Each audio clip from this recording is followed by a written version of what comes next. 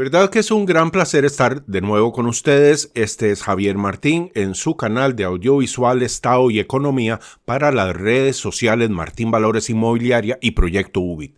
Este es el tema más difícil de tratar y lo he ido postergando debido a la complejidad del tema en sí mismo. Pero como estamos a las puertas de una tercera guerra mundial, exactamente por el tema que he evitado tratar debido a su complejidad, no puedo retrasar más la creación de este video. El tema, la nueva guerra entre Israel y el grupo Hamas. Quiero mencionar que la mayoría de la información que estoy por compartir deriva de opiniones dadas por intelectuales y expertos en militarismo y espionaje como Alexander Mercuris, Alex Christoforous, Ray McGovern, el coronel retirado Douglas MacGregor, Alistair Crook, Larry Johnson, ex agente de la CIA y otros más que iré nombrando.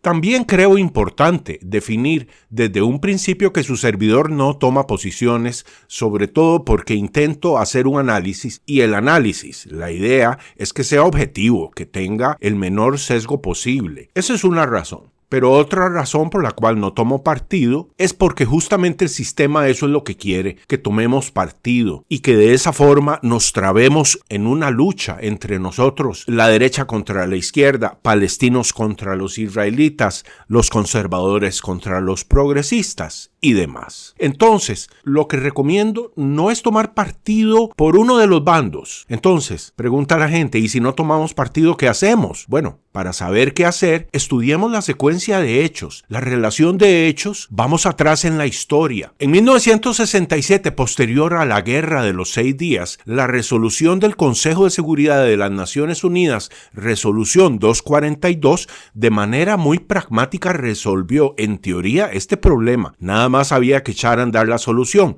La solución hasta el día de hoy sigue siendo planteada, una parte del territorio para Israel y otra parte para Palestina. Esto me recuerda a la decisión salomónica, partir la cosa en dos. Esa resolución quedó en el olvido. Se hizo una reunión en la que participaron los países miembros del Consejo de Seguridad de las Naciones Unidas de aquel entonces, que incluía a la Unión Soviética. Y luego empezó el proceso de intervención directa del gobierno de los Estados Unidos que acapara el proceso de negociación de paz, de alguna solución y de alguna forma se entroniza como el único mediador y saca del juego a otros, incluida la Unión Soviética de aquel entonces. Inicia esta secuencia de reuniones e intervenciones, un par de ellas en Camp Davis, se logran algunos acuerdos, pero básicamente más de 50 años después el problema no se ha resuelto, sino que cada vez se vuelve más complejo y ahora es causa aparente del inicio de una tercera guerra mundial.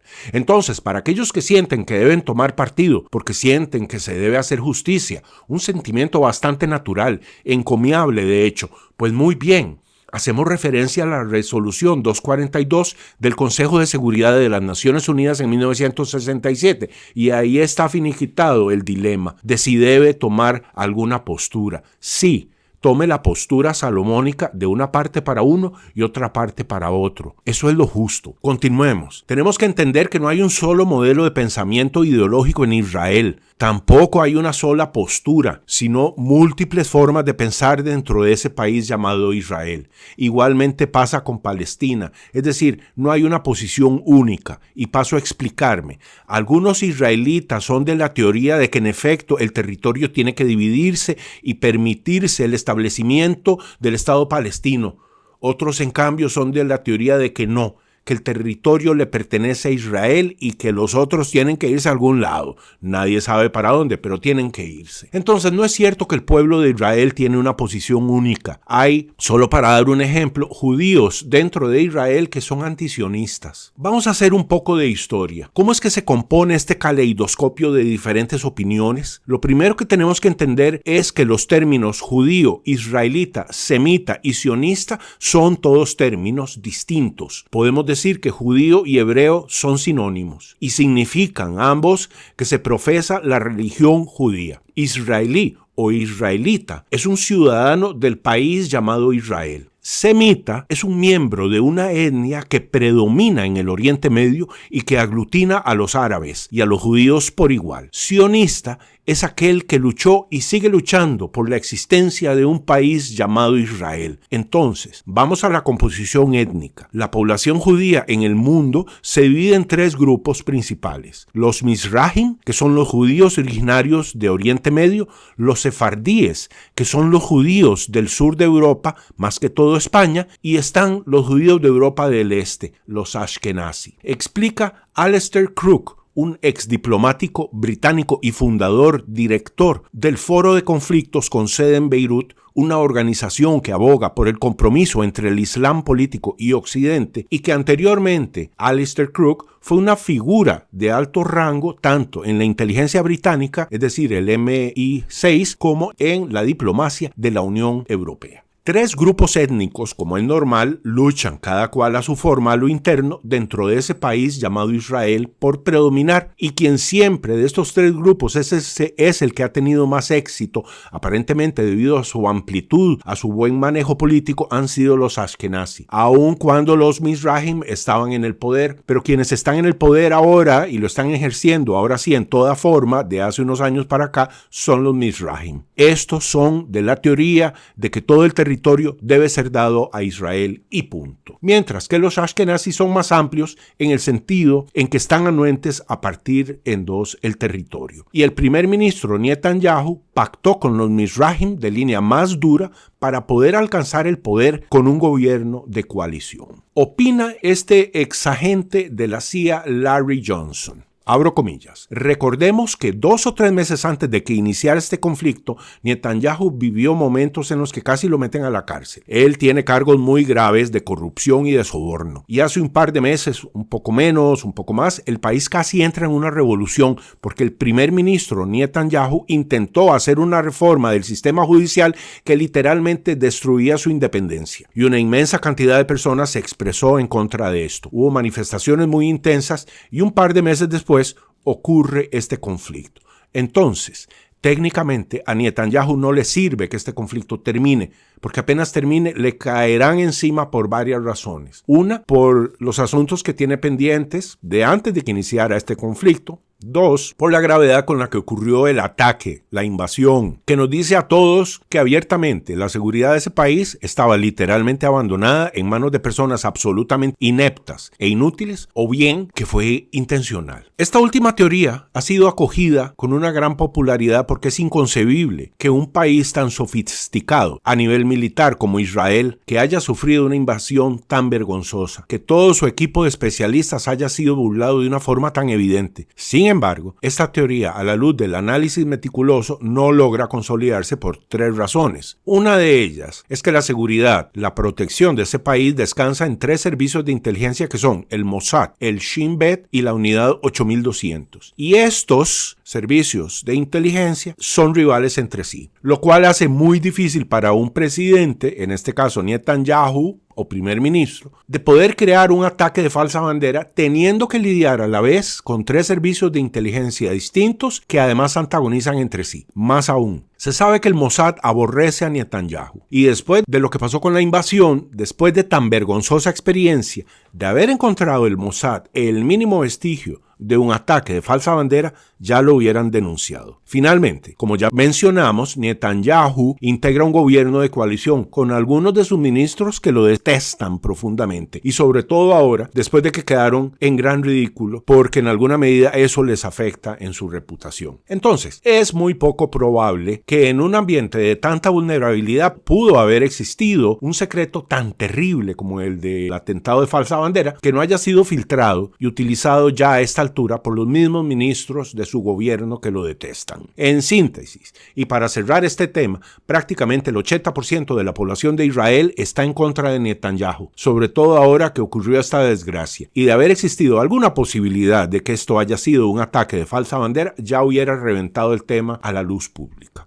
Cierro comillas, es decir, termino el comentario del ex agente de la CIA, Larry Johnson. De hecho, es opinión general de la mayoría de los expertos analistas que he estado estudiando que este ataque acabó totalmente con la carrera política de Netanyahu. Voy a leer algunas palabras de este gran analista geoestratégico Pepe Escobar. Cito textualmente: la operación inundación de Al-Aqsa de Hamas fue planificada meticulosamente. La fecha de lanzamiento estuvo condicionada por dos factores desencadenantes. En primer lugar, el primer ministro israelí Benjamin Netanyahu hizo alarde de su mapa del nuevo Medio Oriente en la Asamblea General de la ONU en septiembre, momento en el que borró por completo a Palestina y se burló de cada una de las resoluciones de la ONU sobre el tema. En segundo lugar, están las provocaciones en serie en la sagrada mezquita de Al-Aqsa en Jerusalén, incluida la gota que derramó el vaso. 2 días antes de la inundación de Al-Aqsa, el 5 de octubre, al menos 800 colonos israelíes lanzaron un asalto alrededor de la mezquita, golpeando a los peregrinos, destruyendo tiendas palestinas, todo ello bajo la observación de las fuerzas de seguridad israelíes. Cualquier persona con un cerebro en funcionamiento sabe que Al-Aqsa es una línea roja definitiva, no solo para los palestinos, sino para todo el mundo árabe y musulmán. Se pone peor. Los israelíes han invocado ahora la retórica de una, entre comillas, Pearl Harbor. Esto es tan amenazador como parece. El Pearl Harbor original fue la excusa estadounidense para entrar en una guerra mundial y atacar con armas nucleares a Japón. Y este Pearl Harbor puede ser la justificación de Tel Aviv para lanzar un genocidio en Gaza. Sectores de Occidente que aplauden la próxima limpieza étnica, incluidos sionistas que se hacen pasar por analistas y dicen en voz alta que las transferencias de población que comenzaron en 1948 deben completarse, creen que con armamento masivo y una cobertura masiva de los medios de comunicación pueden cambiar las cosas, moverse con poca tensión, aniquilar la resistencia palestina y dejar debilitados a los aliados de Hamas como Hezbollah e Irán. Cierro comillas, es decir, hasta acá el comentario de Pepe Escobar. Quiero hacer referencia a comentarios hechos por el ministro de Asuntos Exteriores de China recientemente, Wang Yi, y cito: la raíz del problema radica en la demorada realización de la aspiración del pueblo palestino a hacer un Estado independiente y las injusticias históricas que aún no se han rectificado. La injusticia que enfrenta el pueblo palestino ha persistido durante más de medio siglo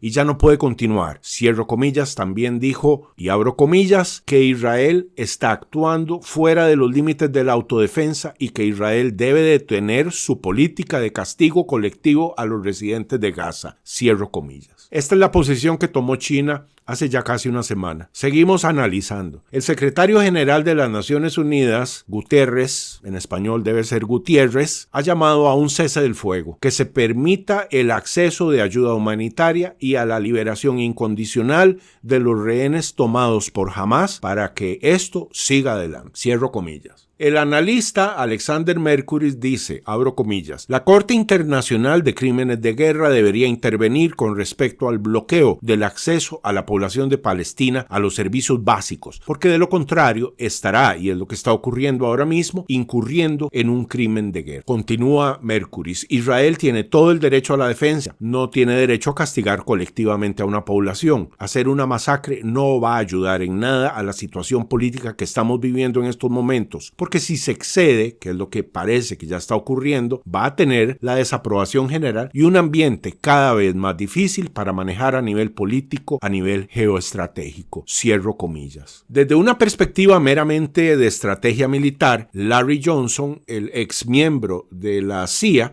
opina, abro comillas, Israel no está en capacidad de pelear una guerra de dos frentes. También dijo que, abro comillas, nunca había visto un aislamiento, especialmente en las redes sociales de Israel, tan grande con respecto a este tema. Todo el mundo está volviéndose en su contra porque entre muchas cosas extrañas que suceden, el ejército recibe, por ejemplo, miles de millones de Estados Unidos y de impuestos de Israel mismo y aún así sus soldados carecen, por ejemplo, de chalecos antibalas. Cierro comillas. Dice Ron Paul, un ex senador de los Estados Unidos que también ha sido candidato a la presidencia de ese país, abro comillas, Israel promocionó la creación de Hamas, pues quería que ésta le hiciera la contraparte a Yasser Arafat, de la Organización de Liberación de Palestina. Entonces, directa e indirectamente, continúa diciendo Ron Paul, financiamos la creación de Hamas por medio de Israel.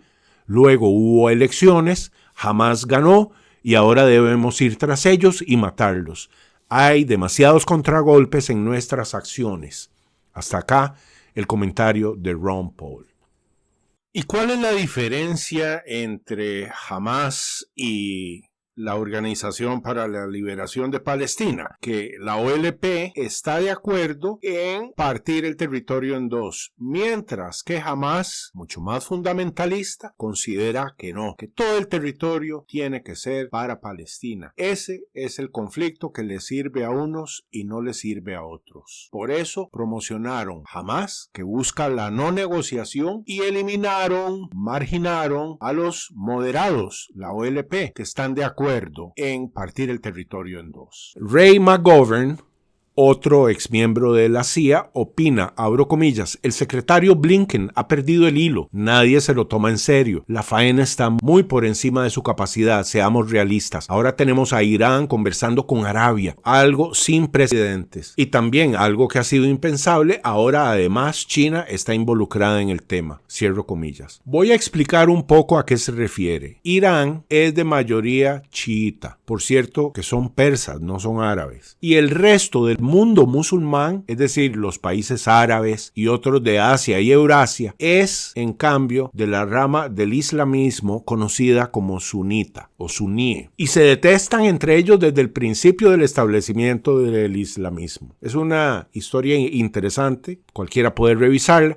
y ahora, luego de casi 2 siglos de odiarse entre ellos, ahora están sentados en la mesa negociando gracias a los BRICS. Y ese es el tema nodular de todo este asunto que casi nadie menciona. Toda esta complejidad, todo este evento traumático arranca a raíz, o mejor dicho, pocas semanas después del anuncio que hacen los países BRICS de la integración de Irán, Arabia Saudita y Emiratos Árabes Unidos, 3 de los países más ricos en petróleo del mundo, además de Argentina, Etiopía y Egipto, que se integraron en aquel entonces a los países BRICS. El grave problema de la ausencia total de diplomacia por parte de la administración Biden. Esto es quizá lo más grave de todo. Al presente, la situación con respecto de Biden es muy grave. En su viaje a Medio Oriente tenía una reunión cumbre con el rey de Jordania, el presidente de Egipto y el presidente de las autoridades palestinas. Era una cumbre que se iba a llevar a cabo en Amán, ciudad de Jordania. Creo que es la capital. Y a raíz de la explosión del hospital y debido a la incoherencia con la que se maneja Biden, a la total pérdida de lucidez que está viviendo y por sobre todo porque le dio su apoyo incondicional a Israel en este conflicto, automáticamente estos presidentes le cerraron la posibilidad de reunirse y se sentó un precedente que nunca había ocurrido en la historia, que a un presidente de los Estados Unidos le cerraran las puertas de la forma en que se lo hicieron a Biden. Al llegar a Estados Unidos, Biden pronuncia un discurso dirigido a la nación desde la oficina oval. Siempre que se usa la oficina oval es porque es un tema importantísimo, de muchísima trascendencia, y en este discurso empieza a enfatizar más en el conflicto con Ucrania que en el conflicto con Palestina. Para Biden es todavía más importante Ucrania que el problema de Palestina. Prueba de ello es que además de todo solicita $100,000 millones al Congreso, de los cuales 60,000 son para Ucrania y apenas 14 son para Israel. ¿Qué mensajes recibieron los países árabes, los países musulmanes con esta forma de proceder de Biden? Que para él el tema no es importante, que de reunirse con él lo que lograrían es perder el tiempo. Pasan la página. Y aquí viene lo más interesante, lo más trascendente. Inician entre ellos un proceso serio y coordinado de verdadera y profesional diplomacia entre el resto de países del sur global importantes dentro de esta situación o conflicto, a saber, Arabia Saudita, Rusia, China, Irán, Jordania, Brasil y otros más. Es decir, el aislamiento que vive en este momento Estados Unidos y por antonomasia Europa es total, lo que es por un lado muy interesante y por otro lado sumamente peligroso por el tema de la posesión de armas nucleares por algunos de estos países en conflicto. El secretario de Estado Antony Blinken fue a Arabia Saudita para reunirse con el principal rector de Arabia Saudita, Mohammed bin Salman, y este lo hizo esperar toda una noche y lo atendió hasta el día siguiente. Y nada bueno salió de esa reunión, más bien aparentemente Blinken salió fustigado por el príncipe. Eso nos dice el grave deterioro, el estado de deterioro tan grave en el que se encuentran las relaciones internacionales de Estados Unidos con el mundo árabe, con Arabia Saudita. Pero no solo con ellos, también con China, ahora vamos a ver. Como acotación, volviendo al tema de China, que ya tomó partido a favor de Palestina, no debemos olvidar que de hace unos meses para acá, Estados Unidos ha venido intentando conversar con China, negociar, y ellos simplemente no le están haciendo caso. Por ejemplo, enviaron a Janet Yellen a China, estuvo 24 horas y regresó con las manos vacías. Casi al día siguiente enviaron nada menos que a Henry Kissinger, ya con 100 años de edad, y volvió con las manos vacías. Se sabe que Xi no responde las llamadas que le hace Biden. Alexander Mercury dice que se tiene conocimiento de que en todo este proceso en el cual hicieron esperar en Arabia Saudita a Blinken para tener esta reunión, en todo ese proceso de hacerlo esperar hubo una estrecha coordinación en tiempo real entre el príncipe bin Salman y Xi Jinping. ¿Por qué? Porque ahora, recordemos, Arabia Saudita es parte de los BRICS. Podría continuar aquí horas, pero tengo muchísimo que hacer. Por cierto, ¿qué es lo que tanto hago que me impide hacer vídeos tan frecuentemente? El proyecto UBIT, que aquí les paso un poco de las imágenes de los últimos trabajos. Estamos avanzando tremendamente en este proyecto. Es un proyecto de educación en línea para todos aquellos que quieran ejercer la libertad y crecer económicamente utilizando el cerebro y no cayendo en las estafas criptofáciles, las estafas Forex y todos los demás unicornios multicolores que conducen a la ruina cotidiana. Sintetizando y para cerrar un poco, digo, ¿qué es lo que está pasando ahora mismo? Israel lleva ya varios días postergando el ingreso con infantería a Gaza para ir casa por casa sacando rehenes, matando a los malos, etc. Y no lo hace. Hay varias teorías de por qué esto está ocurriendo. Una de ellas dice que están esperando que Estados Unidos termine de transportar pertrechos. No he mencionado todavía que ya Estados Unidos dirige un portaaviones hacia el Mediterráneo, otro hacia el Mar Rojo, porque en el Mar Rojo, y este último aparentemente, porque ya Putin dijo, tenemos cazabombarderos MiG-21 con misiles hipersónicos Kinzhal con rango de 1000 kilómetros, listos por si algo pasa. Al mismo tiempo, China está colocando 6 barcos de guerra. Según reporta Alex Christoforous, en Chipre, Estados Unidos está entrenando brigadas de combate. Chipre queda relativamente cercano de Israel. Y los políticos estadounidenses, los neocons, los neoconservadores, no hablan más que de hacer la guerra con Irán porque Irán es quien financia a Hamas, dicen ellos, y en realidad quien financia a Hamas es Qatar. Esto es una novela que apenas está empezando. Lo malo es que Israel tiene bombas nucleares. Pakistán ya le ofreció toda la tecnología nuclear a Palestina en caso de que lo necesite, a Jordania, a todo el mundo árabe. Esta es una carrera militar que nos va a conducir directamente a una tercera guerra mundial, a no ser que alguien lo detenga. Y no veo nadie con capacidad de detenerlo, salvo hace pocas horas, al momento de grabar este video. Ya hay unos esfuerzos de algunos países BRICS y también con la participación de Turquía por lograr alguna negociación, lograr un cese al fuego.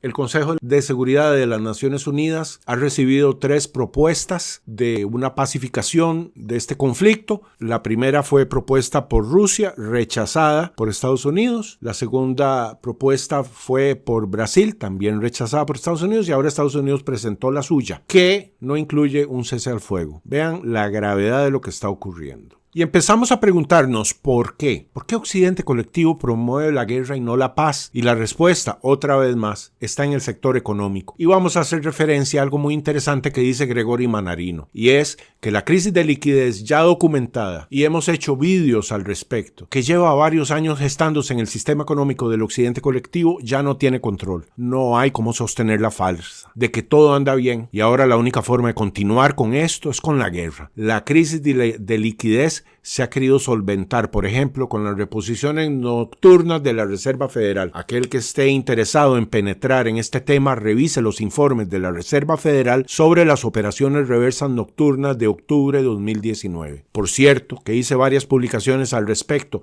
advirtiendo en aquel entonces de la gravedad de este asunto. Y la cuestión desembocó en aquel entonces en la crisis sanitaria de la pandemia, en la que comenzaron a tirar dinero a lo loco a las poblaciones, todos los países del mundo, creando la liquidez necesaria para que el sistema continuara. ¿De qué estamos hablando? Dirán las personas que no están enteradas del asunto. Y les explico someramente. El sistema económico del mundo está basado en la deuda, a tal grado que si no hay deuda, el sistema desaparece. El sistema se detiene. Y si tiene dudas de lo que estoy diciendo, revise un trabajo hecho nada menos que por el Banco Nacional de Inglaterra, Banco Central de Inglaterra, que publicó en el 2015 un trabajo que explica cómo funciona el sistema, y básicamente la conclusión es muy simple. Si no hay deuda, el sistema se detiene. También, para aquellos que quieran ahondar un poco más, ya casi terminamos el curso que va a estar a disposición en la plataforma Proyecto UBIT. Ahí explicamos todo esto de manera más específica y en resumen. Por razones históricas religiosas muy interesantes, durante la Edad Media se instauró una institución llamada Depositum Confessatum, que trastornó la comprensión pragmática de las personas que usan el sistema bancario, a tal grado que se hizo una maraña.